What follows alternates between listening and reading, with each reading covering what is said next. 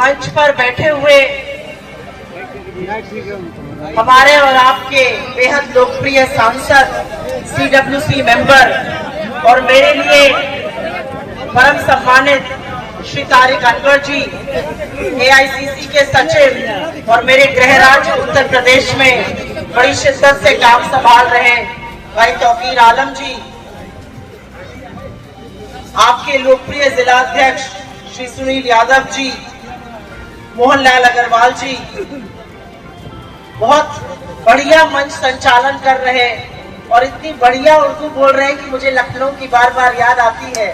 आले रसूल जी, भाई आफ्ताब आलम जी और इस पूरे सम्मानित मंच को सबसे पहले तो मेरा नमस्कार। और यहाँ पर आई हुई बेहद सम्मानित जनता को, मेरी बहनों को, मेरे भाइयों को और पितातुल बुजुर्गों को मेरा इस्तकबाल। आज बात शिक्षा पर करनी है तो जाहिर है कि बात युवा पर होगी, और अगर बात युवा पर होगी तो एक लाइन से शुरुआत करती है। तलवारों की धारों पर इतिहास हमेशा बनता है, जिस ओर जवानी मुड़ती है उस ओर जमाना मुड़ता है। क्या बात है। बिहार जब चुनाव के मुहाने पर आकर खड़ा हुआ है तो जाहिर बात है कि बात बिहार की होगी, बात आपकी होगी, बात शिक्षा की होगी, बात स्वास्थ्य की होगी, बात रोजगार की होगी।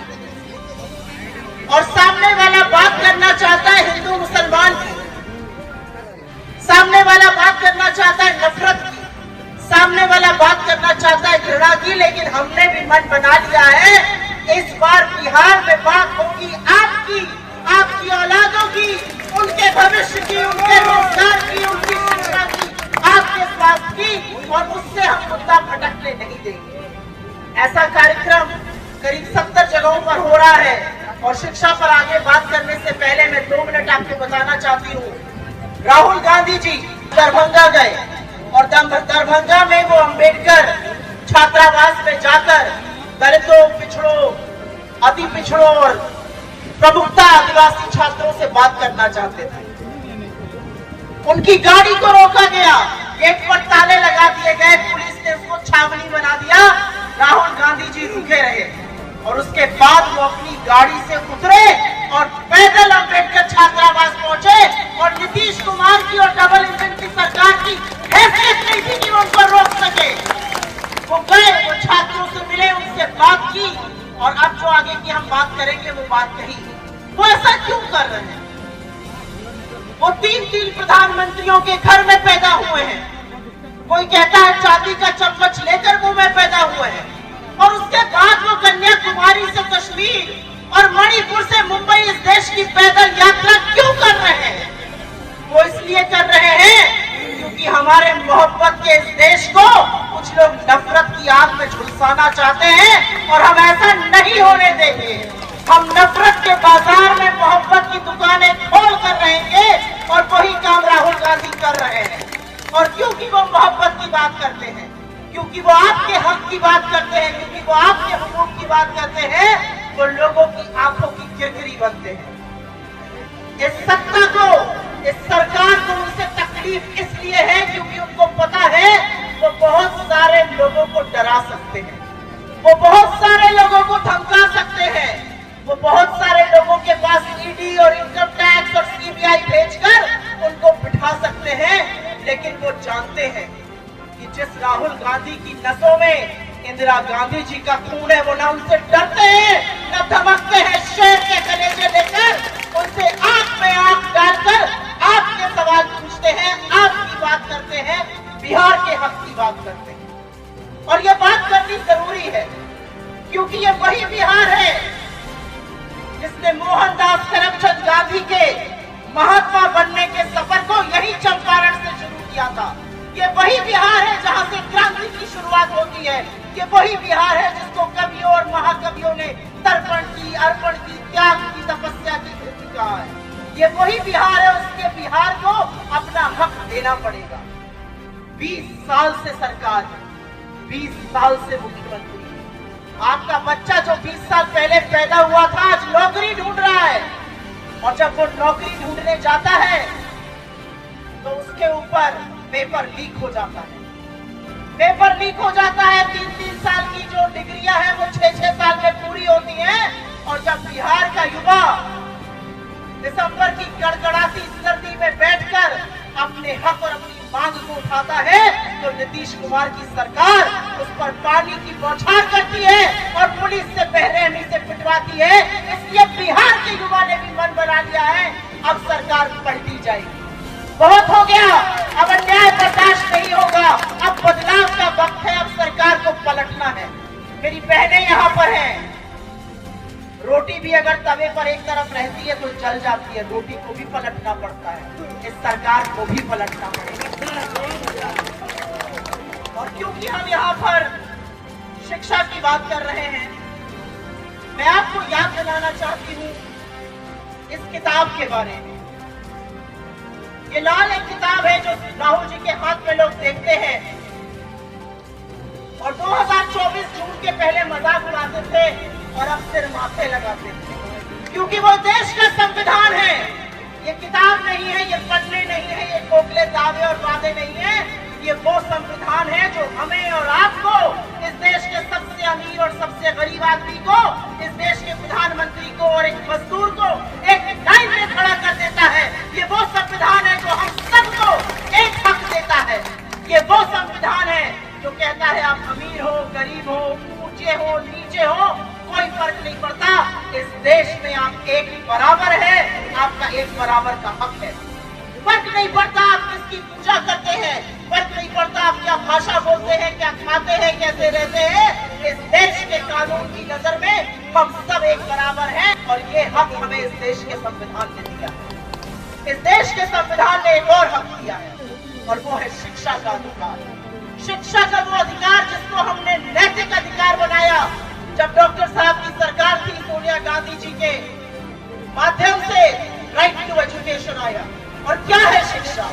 यहाँ पर पहले के एक वक्ता ने कहा शिक्षा को समझना जरूरी है। क्या है शिक्षा? शिक्षा रटकर एक इम्तिहान देना है? बिल्कुल नहीं। शिक्षा आपको सुरक्षा देती है, आपको शक्ति देती है। शिक्षा आपको हक देती है कि आप खड़े होकर अपने रहनुमाओं से अपने पढ़िए। शिक्षा आपको हक देती है कि आप कहिए ये टैक्स का पैसा मेरा है, इसकी चोरी बंद होगी। शिक्षा आपको हक देती है कि हम मेहनत करते हैं, रात की एक रोटी कम खाते हैं, हमारे बच्चों को रोजगार दो। शिक्षा आपको हक देती है नौजवानों को कि आप एक लाइन से खड़े होकर सरकार से 50 सवाल पूछ सकिए और इसलिए शिक्षा जरूरी। राहुल गांधी जी ने एक बड़ा बीड़ा उठाया था और वो बीड़ा था जातिगत जनगणना का, और उससे सबका भला होगा। आप किसी भी तबके के हो, आप किसी भी धर्म के हो, जब जनगणना होगी तो भला इसलिए होगा क्योंकि अगर पैर में चोट लगी है और डॉक्टर एक्सरे कराता है तभी पता चलता है प्लास्टर लगेगा या पट्टी बंधेगी या हल्दी तेल लगाकर पैर ठीक हो जाएगा, और इसलिए जातिगत जनगणना जरूरी है।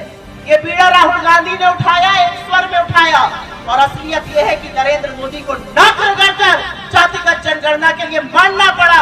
ये जीत राहुल गांधी की है, ये जीत कांग्रेस पार्टी की है। जातिगत जनगणना हो जाएगी, अच्छी बात है, कुछ सच सामने आ जाएगा, उसके बेसिस पर नीतियां बनेगी। लेकिन ये कौन लोग हैं? 80-90% लोग इस देश में या तो गरीब है या पिछड़े तबकों के हैं या आदिवासी है या दलित है। उनके हक का क्या? वो कहां है सत्ता में, वो कहां है संसाधनों में? जो बड़े बड़े मीडिया चैनल जिनकी बार बार यहाँ पर बात हो रही थी, और ये सच है, मैं बहुत सारे मीडिया चैनलों में बैठती हूँ, उनमें कोई डिबेट नहीं होता शिक्षा पर, उनमें कोई डिबेट नहीं होता रोजगार पर, उनमें कोई डिबेट नहीं होता महंगाई पर, उनमें कोई डिबेट नहीं होता स्वास्थ्य पर, क्योंकि वहां पर बैठे हुए लोगों को ढेले का फर्क नहीं पड़ता कि आपको शिक्षा मिल रही है या नहीं मिल रही है। और इसलिए जरूरी है कि 50% आरक्षण की लिमिट को खत्म किया जाए, और राहुल गांधी ने इस देश से वादा किया है उस लिमिट को हम उखाड़ फेंकेंगे और वो करके दिखाएंगे। हमारी सरकार ने संविधान के आर्टिकल 15(5) में कहा निजी संस्थानों में नौकरी के लिए और शिक्षा के लिए आरक्षण होना चाहिए, चाहे वो गरीब मुसलमान हो या पिछड़े मुसलमान हो या पिछड़े हिंदू हो, अति पिछड़े हो, दलित हो, आदिवासी हो, उनको आरक्षण मिले। और उसी बात को आगे बढ़ाने के लिए आदिवासियों की, दलितों की, पिछड़ों की, अति पिछड़ों की बात को आगे बढ़ाने के लिए हमारा मानना है 15/5 लागू। और बिहार की सरकार से सवाल पूछना है, 8,800 करोड़ रुपए का बजट आया दलितों के लिए, आदिवासियों के लिए, पिछड़ों के लिए, गरीबों के लिए, कहां गया वो बजट?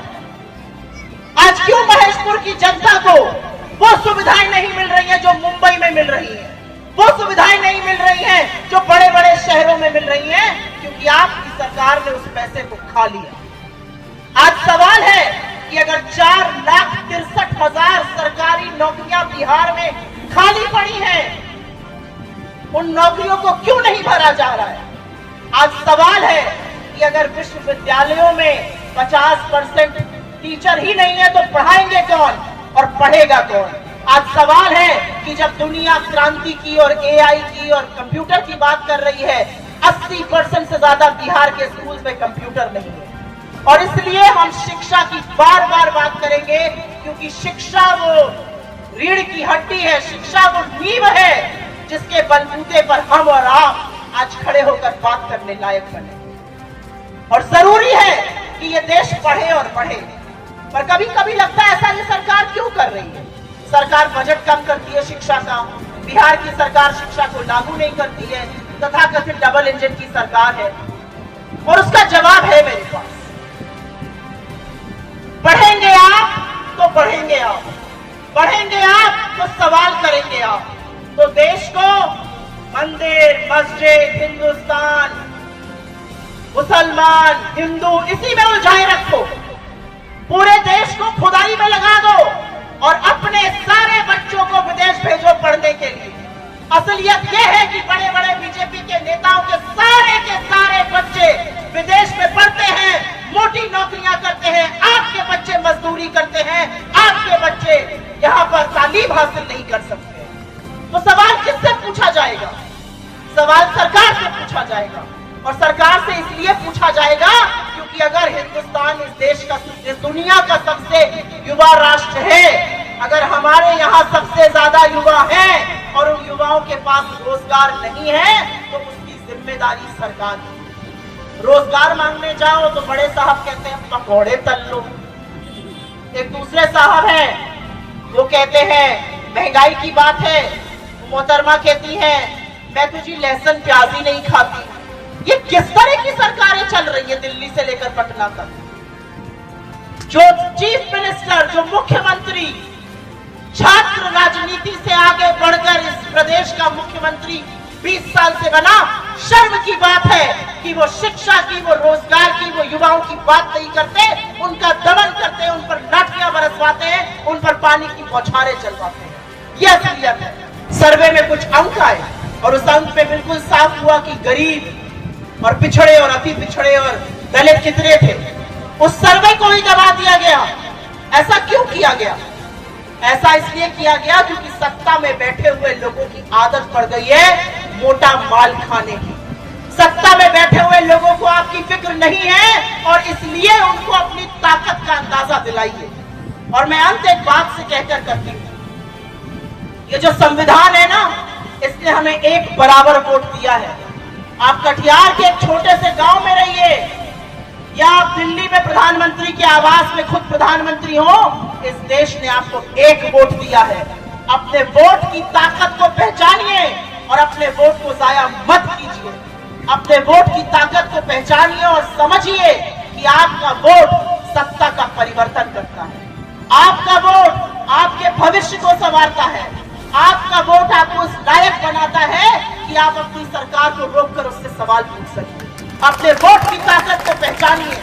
रोटी पलटने का वक्त है मेरी बहनों, और रोटी पलटिएगा नहीं तो रोटी जल जाएगी।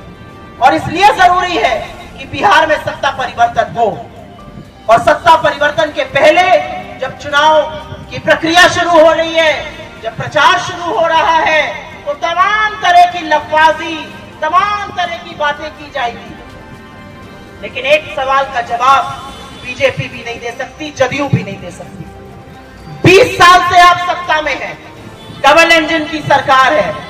एक ऐसा काम बताइए जिसने बिहार की तकदीर बदल दी हो। मैं चैलेंज करके कहती हूं, एक काम अगर नीतीश कुमार जी या नरेंद्र मोदी जी बता दे जिसने बिहार की तकदीर बदली हो। एक काम नहीं गिना सकते हैं क्योंकि बिहार के बारे में सोचने का इनके पास वक्त ही नहीं है। इनका सारा वक्त मैं सत्ता में कैसे बने रहूं इसी में जाया होता है और इसलिए आपकी जिम्मेदारी बढ़ जाती है। मैं अपने पुतातुल्य बुजुर्गों से, माओं से, बहनों से और खास तौर से यहाँ पर आए हुए युवाओं से कहना चाहती हूँ, बिहार ने मन बना लिया है। बिहार परिवर्तन करने वाला है। बिहार में बदलाव की बयार बह रही है। आपको उसका हिस्सा बनना है और उस बयार को आंधी और तूफान में आपको बदलना है और वो काम सिर्फ और सिर्फ आप कर सकते हैं। आपको राहुल गांधी के हाथों को मजबूत बनाना है। आपको तारिक अनवर साहब को आपने चुनकर भेजा, उनकी आवाज को और बुलंद करना है। आपको यहाँ की सरकार बदलनी है जिससे कि आपके आने वाले दिन, आपके आने वाले बच्चों का भविष्य संवर सके। मैं बिहार की आज एक तस्वीर देख रही थी और उसी से कहकर अपनी बात का अंत करती हूं। और बिहार की धरती पर हूं तो दिनकर एक बड़े फेमस यहाँ के कवि हुए, उनकी एक लाइन है, तो रात समय के घर का दर दर नाद सुनो, सिंहासन खाली करो कि जनता आती है। शाम को 6:30 बजे अगर आप यहाँ खड़े होकर हमारी तारिक अनवर साहब की, कांग्रेस के तमाम नेताओं की बात सुन रहे हैं तो मुझे पता है कि आपने भी परिवर्तन का मन बना लिया है। एक बार जोर से दोनों हाथ उठाकर बताइए, परिवर्तन होगा कि नहीं होगा बिहार में? और शिक्षा पर पड़ेगा या नहीं पड़ेगा बिहार में? बिहार में रोजगार की बात होगी या नहीं?